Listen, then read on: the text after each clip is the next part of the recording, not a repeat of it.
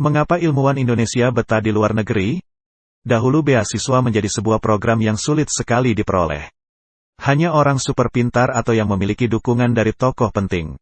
Saat ini banyak negara barat yang menawarkan beasiswa kepada mahasiswa dari negara berkembang. Mulai dari S1 hingga S3, bahkan banyak universitas yang mendukung penelitian untuk program profesor.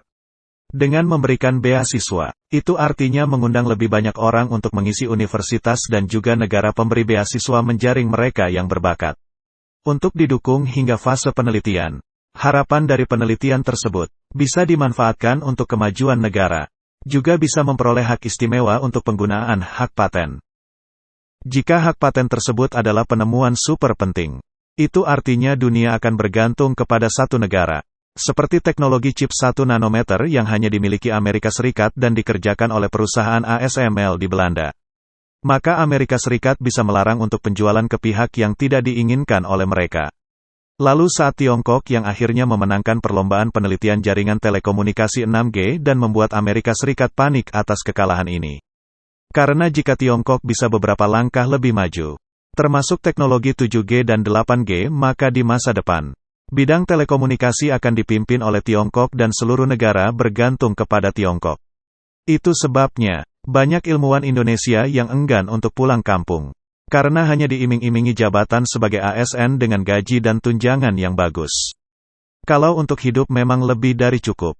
Tapi gaji itu belum bisa menghargai otak mereka. Sangat berbeda dengan negara lain yang memberikan gaji pas-pasan. Tapi menjamin kesejahteraan atas penelitian yang dihasilkan.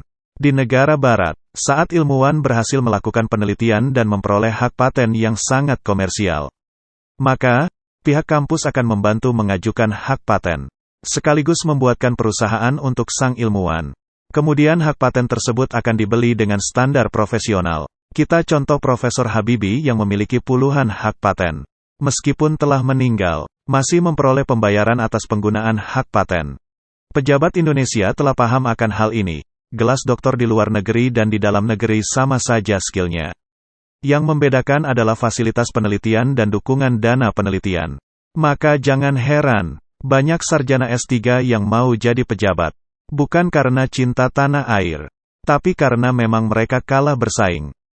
Pemerintah harus mulai serius. Buat 1 atau 2 disiplin pendidikan saja, yang menjadi fokus di masa depan. Dengan dukungan dana penelitian yang sangat cukup. Lalu informasikan kepada ilmuwan Indonesia untuk bisa mengajukan proposal penelitian. Untuk proposal yang sesuai dengan kebutuhan kita di masa depan, akan kita bantu pendanaan penelitian. Di negara barat, bukan karena uangnya banyak, tapi mereka sudah tahu, semua penelitian baru berasal dari penelitian sebelumnya. Sehingga semua proposal yang diajukan, sudah bisa diprediksi tujuan akhirnya dan bersaran kemungkinan penelitian ini memperoleh kemajuan bahkan sampai berhasil. Simpelnya seperti ini. Sinyal HP dari generasi 4G ke 5G dibawa oleh frekuensi dengan panjang gelombang lebih pendek. Namun karena semakin pendek frekuensi, memiliki tingkat gangguan yang besar. Oleh cuaca ataupun topografi jalur yang dilalui frekuensi, dibutuhkan penelitian lanjutan. Maka diperoleh kemungkinan penelitian yang akan dilakukan.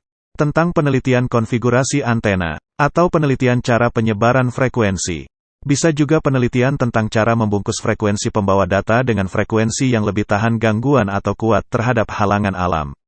Dari kemungkinan segmen potensi penelitian tersebut, nanti proposal yang berisikan metode yang digunakan dalam penelitian tersebut paling masuk akal dan bisa dilakukan pengujian dengan ilmiah. Maka proposal tersebut yang akan memperoleh dukungan dana penuh.